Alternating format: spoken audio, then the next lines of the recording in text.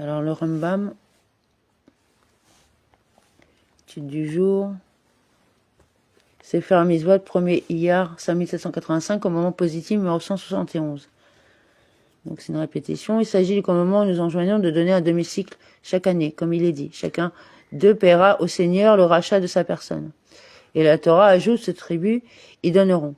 Il est clair que les femmes ne sont pas astreintes à accomplir ce commandement, puisqu'il ne s'applique selon la Torah qu'à tous ceux qui seront compris dans le dénombrement, qui sert pour l'armée. Les dispositions relatives à ce commandement ont été expliquées dans le traité spécialement consacré à ce sujet, c'est-à-dire le traité Shekalim. On y explique que ce commandement n'est accompli que lorsque le temple existe.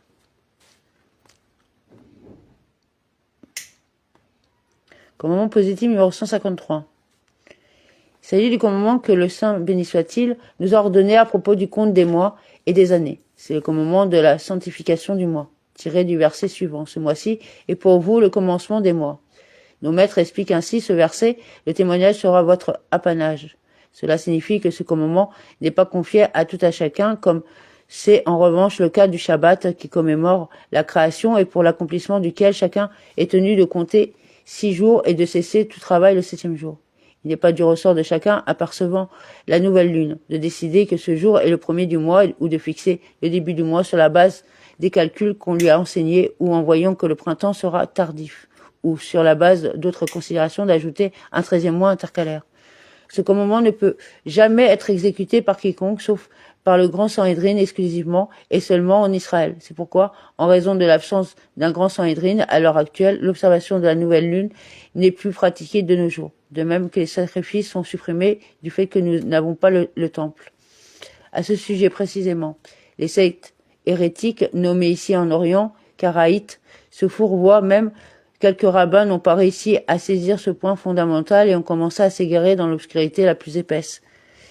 Sache que ces calculs auxquels nous nous livrons de nos jours et grâce auxquels nous connaissons les dates des néoménies et des fêtes ne peuvent être effectués valablement qu'en Israël. Cependant, lors des périodes critiques et en l'absence des maîtres d'Israël, il est permis à un tribunal rabbinique ayant reçu l'ordination en Israël d'intercaler des mois et de déterminer les néoménies en dehors du pays d'Israël, ainsi que l'a fait Rabbi Akiva de Meor Béni d'après ce que nous rapporte le Talmud. Cette procédure, toutefois, pose de grands problèmes et l'on sait qu'il y eut presque toujours des maîtres en Israël et que ce furent eux qui déterminèrent les néoménies et les années intercalaires selon les méthodes adoptées par la tradition lorsqu'ils étaient rassemblés. Nous sommes ici en présence d'un des plus grands fondements de notre foi, qui ne peut être connu et compris sans une profonde réflexion.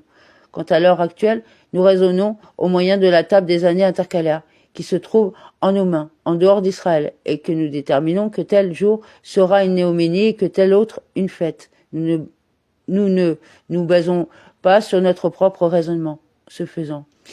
En contraire, c'est grâce au fait que le tribunal rabbinique en Israël a fixé en son temps que tel jour serait celui de la néoménie, d'une fête ou d'une fête, et que ce jour devient le premier jour du mois, ou un jour de fête, que leur décision à l'époque a été basée sur des calculs ou sur l'observation de la nouvelle lune. C'est ainsi que l'a interprété notre tradition. Voici les sonalités de l'éternelle convocation sainte, que vous proclamerez vous-même en leur saison. Ce verset signifie que je n'agrée aucune autre fête que celle proclamée par vous-même.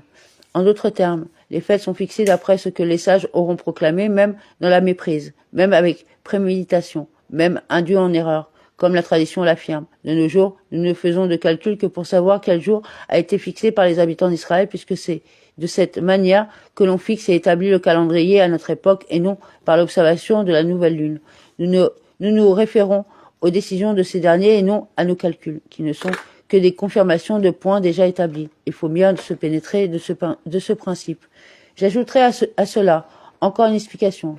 Supposons par exemple que les habitants d'Israël aient disparu du pays, que Dieu nous en préserve d'une telle chose, puisqu'il nous a promis qu'il n'effacerait ni ne déracinerait pas totalement le reste du peuple, et qu'il n'y ait plus de tribunal rabbinique là-bas, et qu'en dehors d'Israël, il n'existe aucun tribunal rabbinique ayant reçu son ordination en Israël. Dans ce cas, nos calculs ne nous seraient d'aucune utilité, car nous ne devons pas faire de calcul en dehors d'Israël pour déterminer les années intercalaires, ou les néoménies, sauf dans les conditions précitées. Comme nous l'avons expliqué, c'est notions que sort la doctrine et de Jérusalem la parole du Seigneur. Si une personne avertie analyse ce que le Talmud dit à ce sujet, elle comprendra que tout ce que nous avons expliqué est correct et indubitable. On trouve dans la Torah des allusions démontrant la base des principes sur lesquels nous fondons notre connaissance des néoménies et des années intercalaires. Voici l'un de ces passages. Et tu observeras cette institution en son temps à chaque anniversaire. À ce sujet, nos maîtres ont dit, cela nous enseigne que l'on ne doit grossir l'année d'un mois intercalaire qu'au moment de l'année le plus rapproché de la saison en question, c'est-à-dire au mois d'Adar, précédant le mois de Nissan, mois de la fête de Pâques. Ils ont précisé en outre ce qui suit. D'où sait-on que la décision d'ajouter un mois supplémentaire ou de proclamer la néoménie n'est valable que si elle a été prise 2 jours. Du verset suivant de la Torah, littéralement, de jour en jour. Quant au passage, il sera pour vous le premier des mois de l'année. Nos maîtres l'ont interprété ainsi. Ce sont les mois que tu comptes pour arriver au total d'une année, mais tu ne comptes pas les jours pour arriver au total d'une année. Ceci veut dire que l'intercalation doit être d'un mois entier. Il est également écrit un mois composé de jours. Nos maîtres commentent ces mots de la manière suivante. Ce sont les jours que tu comptes pour arriver au total d'un mois, mais tu ne comptes pas les heures pour arriver au total d'un mois. Ils ajoutent que le verset prend garde au mois de la germination est là pour nous enseigner que dans notre calendrier, nous devons prendre en considération les saisons de l'année de manière à conserver des années solaires. Toutes les dispositions relatives à ce commandement sont entièrement expliquées dans le premier chapitre du traité Sanhédrin, dans le traité Rosh Hashanah et aussi dans le traité Berakot. Amen. T'as lu le deuxième? Ouais. Alors, à savoir le fait de respecter le calendrier hébraïque et de se l'imposer comme son propre calendrier. C'est-à-dire que tu peux compter les jours marqués, on est le 23 février, dans le calendrier grégorien, etc., parce que c'est la référence des autres. Et quand dans la communication avec les autres, tu te dois de parler un langage qu'ils comprennent, pour pas leur faire d'affront, pour faciliter le partage et la communication. Dieu se dit dans toutes les langues, chacun le prie à sa façon, mais dans l'esprit des gens, sa représentation est toujours la même, l'infini, en tout. Omniprésent, omnipotent, omniscient, plus l'infini dans toutes ses matières, dans la spiritualité, dans la création, dans l'influence, dans la génération ou la régénération, pour bien que vous compreniez à quoi je fais allusion, c'est pas la génération tous les 10 ans, non, c'est la génération, le fait de générer quelque chose, dans la génération d'énergie. C'est-à-dire qu'il faudra des siècles et des siècles et des siècles aux scientifiques pour comprendre que les influences qui peuvent être néfastes au premier abord, ou à la première perception, puissent être positives sous une autre influence qui vient s'additionner, ou sous d'autres influences qui viennent s'additionner. Comme dans un shaker, quand tu fais ton petit mélange pour faire ton jus de fruits ou ton cocktail. Non, ton cocktail, tu rajoutes du citron, du sucre, du machin, du gin, du machin, et c'est à la fin, tu vois, si tu prends à part les éléments un par un, selon tes goûts, tu vas kiffer, mais tu vas pas forcément tout kiffer séparément. Il y en a un, ça, le citron, tu vas trouver trop facile, parce qu'il n'y a pas assez de sucre, parce que dans ton cocktail, il y a ça en plus, il y a ça en plus. Donc c'est l'ensemble qui va faire que tu vas apprécier le cocktail que tu vas sortir du shaker. Et là, c'est pareil avec les énergies. Et je dis pas qu'il faut s'ouvrir à toutes les énergies, ou alors là, faut que t'arrêtes de vivre comme on vit aujourd'hui, et que tu passes ton temps à prier, à être en connexion H24, pour que, justement, cet amalgame d'énergie et ce mélange puisse sortir en positif sur toi, c'est-à-dire que toi, tu reçois des énergies et des influences qui sont des vibrations que l'on peut définir par couleur. Voilà, donc tu vas recevoir du bleu, du rouge, du orange, du vert, et à la finale, toi, ton corps, toi, tu dois vibrer et rayonner à travers la vibration que toi, tu vas dégager en blanc ou transparent. Tu ne dois pas afficher la couleur bleue, tu ne dois pas afficher la couleur rouge sur ton âme. Tu dois afficher le blanc ou le transparent pour être inclus dans l'univers qu'Hachem il a créé. Et pas simplement renfermé dans ta colère, dans ton envie, dans ton ressenti, etc. C'est les étapes. Si tu restes bloqué à l'étape inférieure, tu ne pourras jamais grimper. Voilà. Donc, j'espère que je vous ai pas trop embrouillé, mais ce qu'il faut quand même comprendre, c'est que le fait de respecter pour soi-même et de se l'imposer comme quelque chose de divin, d'absolu, comme les commandements, les gens qui respectent et qui suivent et qui vivent à travers ce calendrier-là, ce sont les gens qui, réellement, sont déclarés devant Hachem comme gardiens de la Torah. C'est-à-dire que même s'ils dorment, même s'ils se reposent, ils ont un rôle en tant que gardiens. Lorsqu'ils sont éveillés, tu vas pas leur dire « Oh, c'est Shabbat aujourd'hui, il y a eu un nouveau jugement, t'as le droit d'aller jouer aux billes et jeter des cailloux à Shabbat sur ton voisin parce qu'il t'a fait un bras d'honneur en passant devant ta fenêtre. » Non, ça non. Ça non. Pour moi, c'est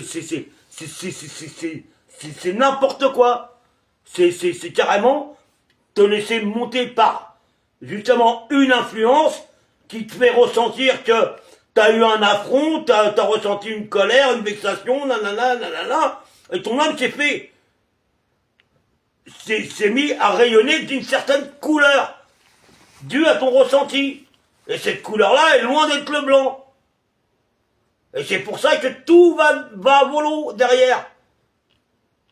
Tout va à volo.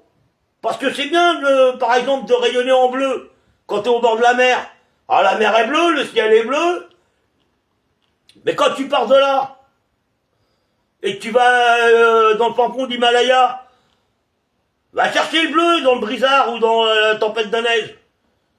Tu vois ce que je veux dire? Ah ouais, mais tu me dis, ouais, mais moi je suis au bord de la plage. Ah ouais, mais t'es censé être en connexion et pouvoir partager ta spiritualité avec celui qui est de l'autre côté du Canigou, de l'autre côté du Mont Blanc, en Alaska. Parce que lui aussi il est connecté avec le même Dieu, le seul et l'unique, que toi. Voilà. Si ça vous arrivez à l'imprimer, vous aurez déjà fait un pas énorme. Tu es en train de nous dire qu'en fin de compte, quelque part, tout le repos que Dieu nous a ordonné, c'est une façon aussi, comme les traités de paix, c'est-à-dire d'un moment, à travers ça, tu devrais comprendre que que ce soit le vendredi, le jeudi ou machin, ça devrait être respecté par tous les hommes. Si ça c'était respecté par tous les hommes... Non, tu peux pas imposer Non mais... Le fonctionnement. C'est-à-dire que toi, nous, c'est Shabbat, c'est samedi. Mais les musulmans, c'est le vendredi. Oui. Les catholiques, c'est le dimanche. Comme les nazirs chez nous. Leur Shabbat, à eux, les nazirs, ils le font le dimanche. Le dimanche, oui. Oui, il y en a même qui font vendredi, samedi, dimanche. Hein. Voilà, il y a certaines communautés juives qui font vendredi, samedi, dimanche. Qui partent de jeudi soir et qui vont jusqu'à dimanche soir. Mais pourquoi? Justement pour faire ce lien. Oui, parce qu'ils se suivent. Ouais, ça vaut pas compte. Pour faire ce lien. Pour que toi, ce que tu as appris et ce que tu as réussi à comprendre, tu le communiques. Tu puisses le communiquer à travers tes vibrations, les influences que tu dégages. Et lui, il doit pouvoir le ressentir et l'interpréter correctement. C'est une chaîne spirituelle. Voilà, donc si chacun fait son travail correctement, on vit dans le meilleur des mondes. Il n'y a pas besoin de mettre des lunettes roses pour voir que le monde et la vie est rose. Voilà. Oui. Surtout que le rose, c'est une interprétation. Sachant que le rose est la couleur préférée des névrosés. C'est-à-dire névrosés, c'est-à-dire les gens qui font des fixations. À un moment donné, faut peut-être aller jusqu'au bout de votre compréhension et jusqu'au bout de, de vous-même.